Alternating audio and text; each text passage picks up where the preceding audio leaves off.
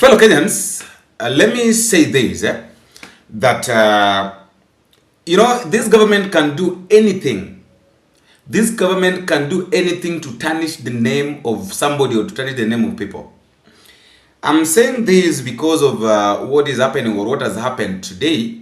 Today was a protest. A lot of people decided to go and have a peaceful demonstration concerning Albert Ojwang's death, whereby they were demanding for justice. So around Nairobi town, that is Nairobi CBD, the Arambe Avenue, Arambe House, all those areas and around Parliament, I think, was occupied with the young people who were just having peaceful demonstration. No budget. Mna ndoto kubwa, shida mnalala sana. Hawa ni watu mnafanya nini? Kijeni. Hakuje wote. Na unikafangia hapo nyuma ya kamera kwa area. Ndio kuja hata huyu yako area na wako kwa nyumba ni zero. Hatuna tweet.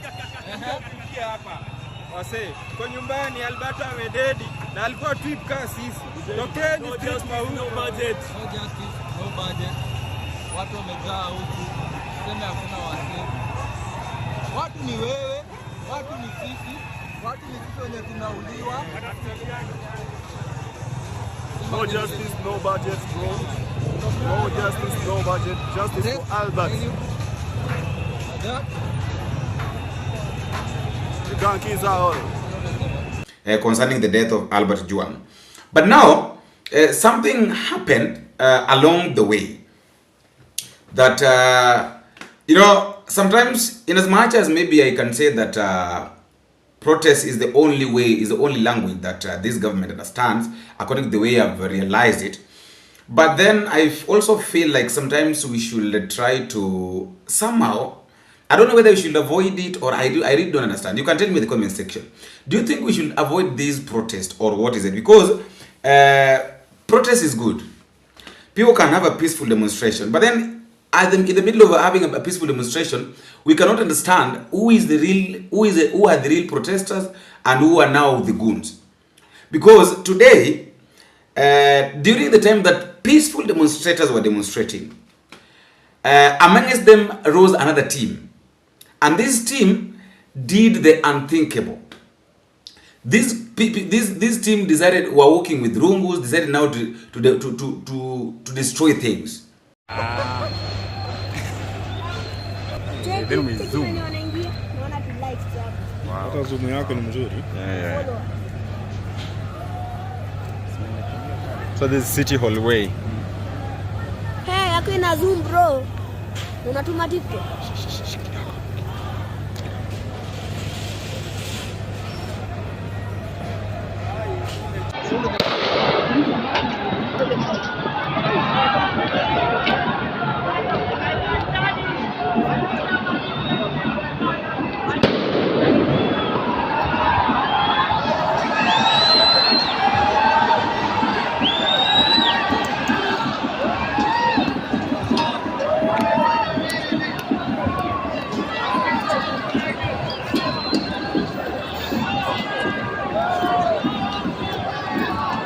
Chungani.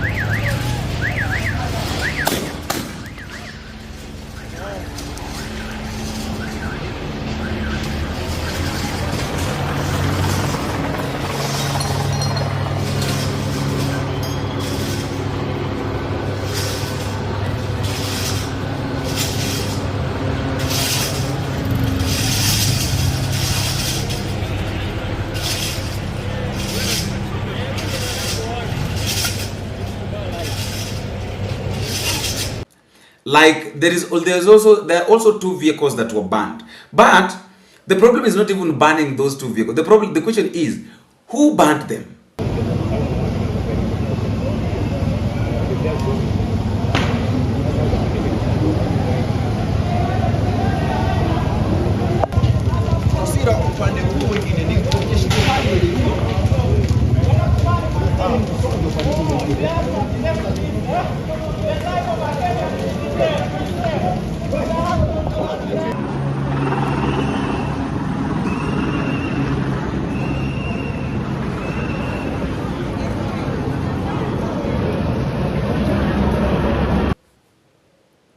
Who banned them? And I even saw a live bullet. The good thing is that I don't think if there is only anybody that was killed during the demonstration, because I think the police officers understands the repercussion of killing someone at the moment. The police officers understand. Right now, if they do a mistake of killing anybody, I don't think if these Kenya people will rest. Because people are demonstrating. Why people are demonstrating? People are demonstrating because Albert was killed. So if you do a mistake of killing any other person, then I think this country will be banned. So I thank them for that. But in as much as we're thanking them for that, we have to blame the state. Because the state decided now to tarnish the name of peaceful demonstrators by banning 2 non-existing vehicles to make it look like the protesters or demonstrators are the ones that did it. And here is the proof.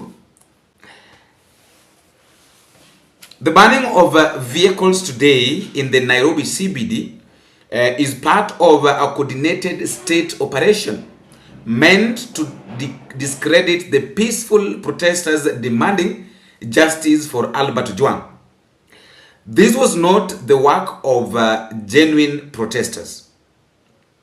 The number plates on the banned vehicles have been verified and found to be fraudulent. Plate number KAR 936D was deleted from the NTSA system back in 2017. It originally belonged to a 2006 Isuzu lorry. Plate KBR 954G was removed from records in 2020 and was previously assigned to a narrow analogic line 14-seater matatu. The vehicles were planted and trashed to credit false narrative of chaos. It's a desperate attempt by the state to shift attention away from the real issue, Albert Ojwang's murder, and paint protesters as violent. So these vehicles that were banned, before getting deep into this, I was like, why would the demonstrators just decide to ban the vehicles? What is the need of? Because I was thinking before getting deep into this, I was asking myself that what is the connection between the demonstrators banning vehicles and Albert's justice? And I was like, these vehicles that you are banning, you guys, are they not belonging to normal Kenyans? Are they not belonging to Kenyans like us? Why are they being banned? Are they government vehicles? Little did we know that they are vehicles that were just planted to tarnish the name of the peaceful demonstrators, to make it look like they're destroying things. Of course, during the protest, we also have to accept that in the middle, hapo katikati ya protesters, we have got people. We have normal thieves. We have normal goons. The goons that are normally staying around Nairobi, or wale ambao when they get that opportunity, that is the time that they can use to vandalize things. That is the point that the time that they can now use the best opportunity they can use to steal from people. And also goons, people. Nairobi has got a lot of people. We have got the street boys. Everybody is in Nairobi. So when things like this happen, a lot of people take that as an opportunity to accomplish their missions. But now there's a proof that these ones were now state goons. Yesterday, how do we call this guy? I'm forgotten with his name. This guy who normally call Raila Odinga is Baba. He's a diehard. Raila Odinga's diehard, who have joined the government recently, has been walking all over the country with the money, flying with the choppers.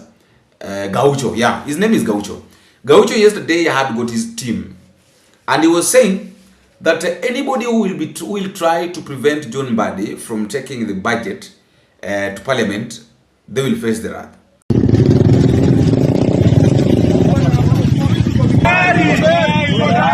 Kesho wale wanajaribu kupanga maandamano Hadi kwa hii finance bill ambayo tumepata.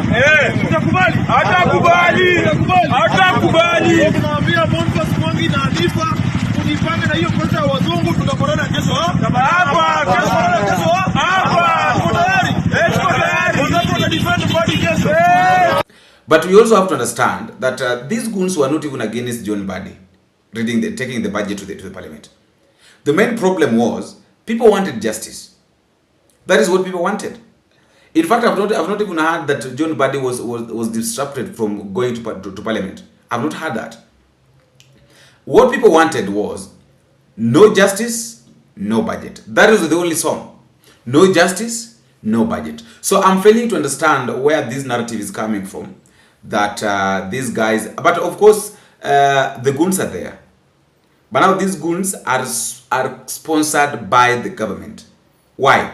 Because they wanted to tarnish the names of these young people, making it feel like or look like they're destroying people. But we have, but then I know it will be said that these are Gachagwa's team, Gachagwa's people. After all, guys, that is just my thought, and that is all I have for today. Let me know what you think in the comment section. Reminder, please, that if you are meeting for the first time, don't forget to subscribe, and also drop in the comment at the comment section and tell me what you think and where you're watching these videos from. Until we meet again, I have been your host, Boniface. Bingo.